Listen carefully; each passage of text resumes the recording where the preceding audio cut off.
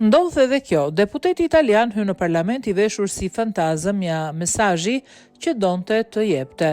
Një skenë e pazakont në parlamentin italian i veshur si fantazëm deputeti Riccardo Maggi, i cili mban një çarçaf me fjalën referendum, të shkruar mbi të një referencë për faktin se si forcat qeveritare ashtu dhe stacionet televizive flasin pak për çështje që lidhen me të. Presidenti i Dhomës së Deputetëve Lorenzo Fontana reagoi menjëherë duke kërkuar përjashtimin e deputetit nga salla, teksa forcat e sigurisë po e nxirrnin jashtë parlamentit, deputeti ju drejtua Melonit.